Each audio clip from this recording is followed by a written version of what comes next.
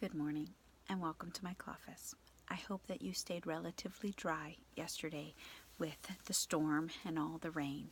It wasn't really bad here where I live, but I understand other places had it pretty bad, and we continue to pray for those of you who have been hit hard by this storm, and just want to encourage you to look to the Lord and for strength during this time, and reach out to the people around you if you need some help. Well, this morning I want to talk to you about shaking off the heaviness. I hear a lot that there's a shaking coming. There's coming a shaking.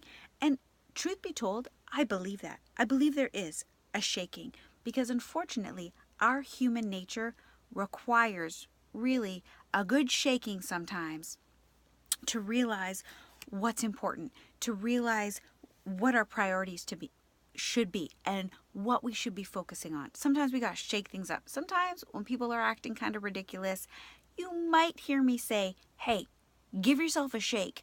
Are you kidding me right now? We need to do that with ourselves sometimes. And we need to give ourselves a shake. But more importantly, what I really feel in my heart is that some of us, we need to shake off the baggage in our life. It is time to shake off the baggage, the shackles. It is really hard to run the race with shackles.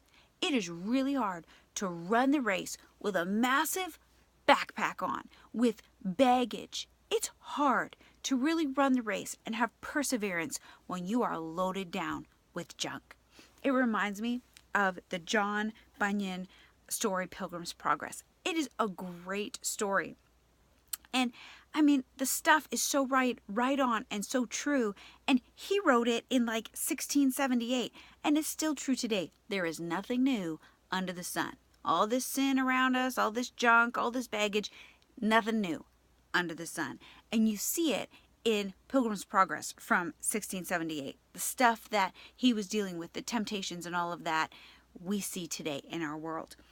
But he had to learn. He had to get to the cross so he could put down his baggage and leave it there at the cross. And my friends, that is the beauty of it. You do not need to carry the heaviness. You do not need to carry the burden and the baggage from your past, from your parents' past. Jesus already died and he rose again for you.